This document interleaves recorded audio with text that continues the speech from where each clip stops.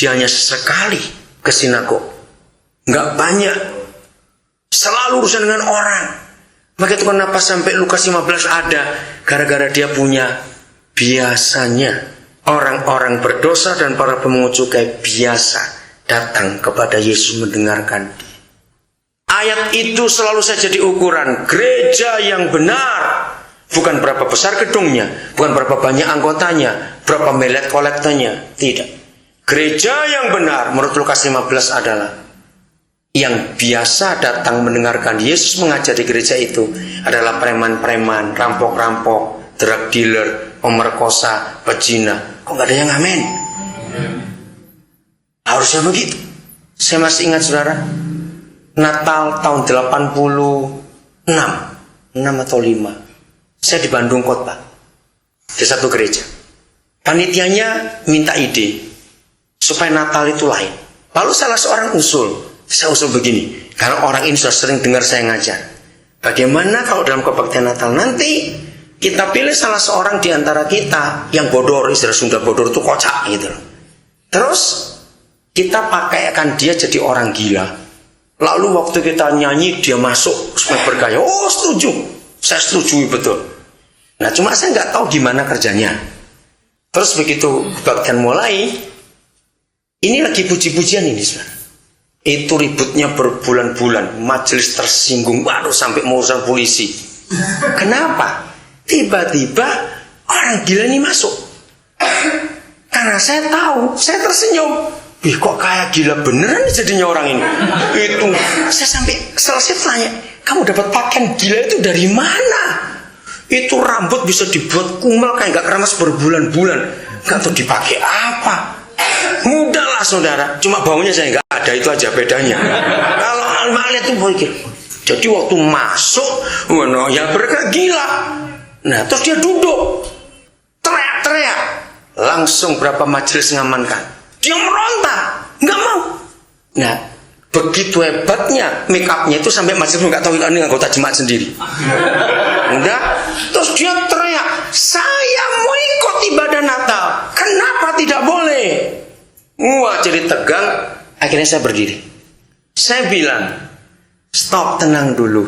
Bahwa inilah keadaan kita sesungguhnya.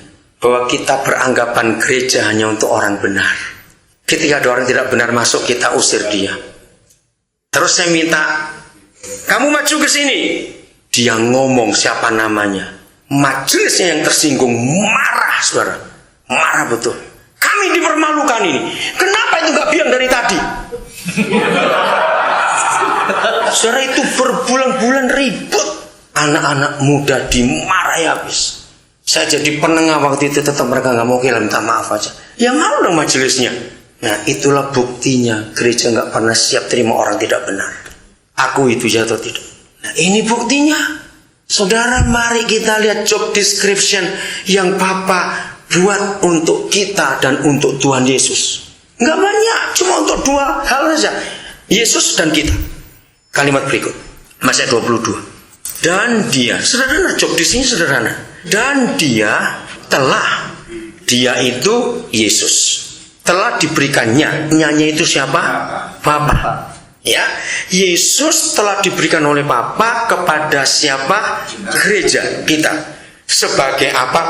Kepala dari segala yang ada. Lalu ayat 23 job desk-nya, gereja sebagai apanya? Tubuhnya. Stop sampai di situ. Mengapa kita nggak pernah perhatikan ini? Saya bersyukur dalam 2 bulan ini saya sudah bisa membatalkan 3 gereja yang membuat Natal dan biaya puluhan juta. Saya bangga sekali itu. Kurang ajar. Kalau gereja Natal sampai ratusan juta itu kurang ajar betul, saudara. Apalagi zaman susah seperti ini. Coba lihat, waktu itu yang terakhir saya ngomong untuk dekorasi saja. Pernah sadar nggak? Kalau gereja itu isinya 1000 jemaat, untuk buat dekor nggak cukup 5 juta. Betul tidak? Nggak cukup. Betapa jahatnya kamu. 5 juta cuma dibuat cepret-cepret foto terus dibongkar lagi. Kurang ajar betul itu. Kalau 5 juta diberikan nasi bungkus, berapa ribu orang kenyang. Diberi cuma untuk foto saja. Coba lihat itu. Belum lagi seragam paduan suara, seragam tamborin, seragam pengerja, berapa juta lagi. Ngeri, saudara. Alasannya, ya kan kita ngundang orang yang belum percaya. Buktikan, berapa yang datang yang belum percaya itu. Betul, maaf, saya ini bukan merendahkan, tapi ini fakta. Kejam sekali kita. Karena kita nggak tahu job description ini. Karena kita menganggap apa-apa biar Tuhan. Maka itu yang belum sempat memberi dana Natal, batalkan. Jangan kasih uang itu ke gereja. Untuk apa? Uang Natal pakai untuk orang miskin. Oh ya, amin, cuma 2. Maaf kalau gak ada gembala di sini, jangan tersinggung. Karena apa, saudara? Untuk apa? Buang-buang uang buat pesta Natal. Akhirnya kembali ke kita lagi yang nikmati. Renungkan ini. Jadi job desk-nya jelas.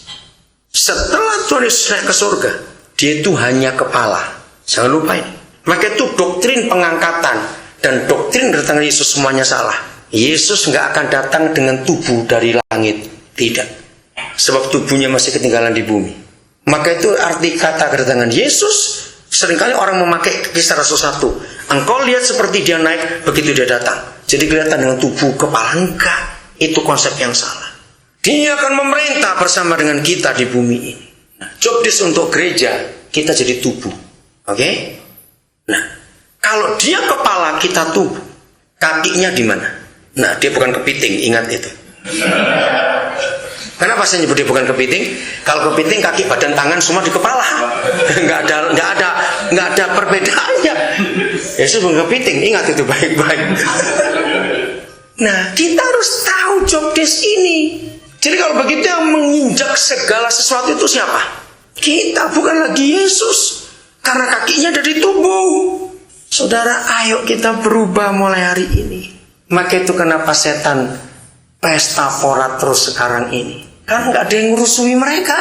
Betul? Tahu kata nggak ada yang ngurusui mereka? Mereka bebas bekerja. Karena gereja yang harus jadi perusuh mereka, kita sibuk rusuh sendiri. Betul nggak? Kita sibuk sendiri. Ayo kita pikirkan ini, saudara. Apa yang kita bisa buat dalam hidup ini? Maka itu mulai hari ini kita harus berubah. Kalimat terakhir ayat 23 itu sangat membingungkan dan sangat salah terjemahannya. Setelah job desk-nya diberi, maka ada kalimat begini. Nah, putusnya nggak enak, koma, yang memenuhi semua dan segala sesuatu. Apa ini terjemahannya? Membingungkan sekali. Harusnya nggak begitu. Yang tepat itu begini.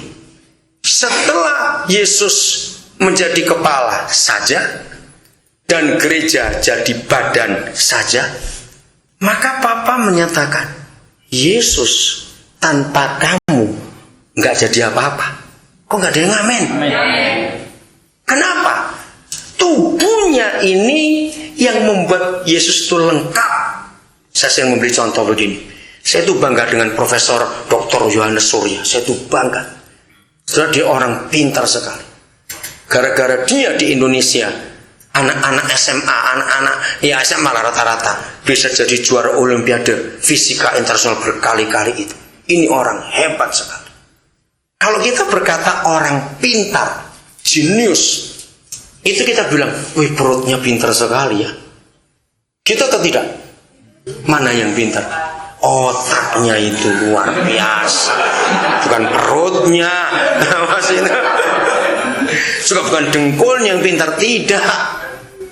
Nah, sepinter-pinternya Profesor Dr. Yohanes Surya, nggak mungkin suatu hari dia nongol di universitas cuma kepalanya saja, badan tinggal di rumah. Nggak ngerti ilustrasi ini, saudara? Nah, itu arti ayat 23 bagian terakhir. Coba cari kalimat yang lain supaya saudara jelas. Mengerti sekarang? Jadi yang memenuhi semua dan segala sesuatu. Apa itu? Jadi sehebat-hebatnya Yesus yang adalah kepala, tanpa tubuhnya dia pun gak bisa buat apa-apa. Oke, sekarang apa yang muncul di kesadaran saudara? Betapa jahatnya kita. Kalau kita gak pernah tahu, oh Yesus butuh aku. Betul gak? Betapa jahatnya kita. Ayo kita buka hati kita mulai hari ini. Ini yang menyebabkan saya pernah minta, apa kalau boleh buat saya nggak bisa tidur, saya nggak perlu tidur.